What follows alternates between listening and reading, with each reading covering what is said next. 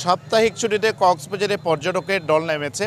অনেক পর্যটক রুম না পেয়ে কক্সবাজার সমুদ্র সৈকতে সময় পার করছেন, এরকম দৃশ্য আমাদের হাতে ধরা পড়েছে। কক্সবাজার পর্যটক ব্যবসায়ীরা যেটি বলছে, 16 ডিসেম্বরের পর থেকে কক্সবাজারে এই পর্যন্ত প্রায় কয়েক লাখ পর্যটকের আগমন হয়েছে। আজ শুক্রবার অনেক পর্যটক রুম না পেয়ে তারা সমুদ্র সৈকতে পার করছেন। আমরা যেটি দেখেছি, সমুদ্র সৈকতে যে কিটকোট চেয়ার রয়েছে সেই কিটকোট চেয়ারে কিন্তু তারা সময় পার করছে। তবে পর্যটকদের নিরাপত্তায় ট্যুরিস্ট পুলিশ, জেলা প্রশাসনের যে নির্বাহী ম্যাজিস্ট্রেট এবং জেলা আইনশৃঙ্খলা বাহিনী কাজ করছে এবং তারা যেটি বলছে পর্যটকদের যেন হয়রান না হয় সে বিষয়ে তারা কাজ করছে। আমরা সমুদ্র সৈকতে যারা প্রহরী হিসাবে কাজ করেন সিসেফ লাইফগার্ডের সাথে কথা বলবো, তারা কি বলছে আসলে পর্যটকদের নিরাপত্তায়। আপনাকে স্বাগতম। কক্সবাজারে এই মুহূর্তে কেমন পর্যটক রয়েছে এবং কি দেখতে পেয়েছেন? আজকে হচ্ছে সপ্তাহের শুরুর দিন।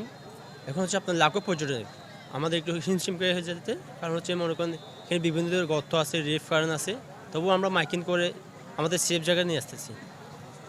কেমন পর্যটকের আগমন ঘটেছে? প্রায় আপনার 3 থেকে 4 লাখ এরকম পর্যটক, প্রচুর পর্যটক। 3 বিচে আপনার লাবণী, সুগন্ধা, কলাতলি বিচে। সিসেফ লাইফগার্ডের সাথে কথা বলেছি। সিসেফ লাইফগার্ড যেটি বলছে, সমুদ্র সৈকতে যে গুরুত্বপূর্ণ যে 3টি পয়েন্ট রয়েছে, কলাতুলি, সুগন্ধা পয়েন্ট, লাবণী পয়েন্ট, সেই 3 পয়েন্টে কিন্তু তিল ধরনের তাই নেই। তারা যেটি বলছে যে পর্যটকদের নিরাপত্তায় তারা কাজ করে যাচ্ছে, তবে তাদের যে জনবল সেই জনবল কিন্তু সংকট দেখা দিয়েছে।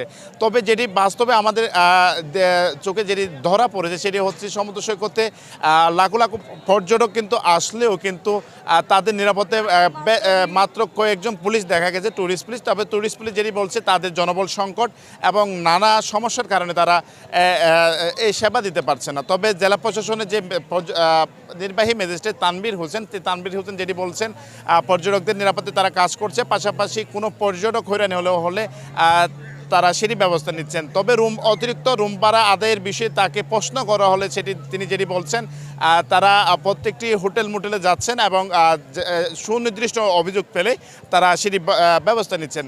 তবে সমুদ্র সৈকতে যারা এই মুহূর্তে রুম না পেয়ে অবস্থান করছেন, তারা যেটি বলছেন যে আসলে তারা রুম না পেয়ে তারা সমুদ্র সৈকতে অন্তত পাবে যে তারা তাদের গন্তব্য ছুটছেন। এই ছিল আমার কাছে কক্সবাজার সমুদ্র সৈকতের খবরাখবর।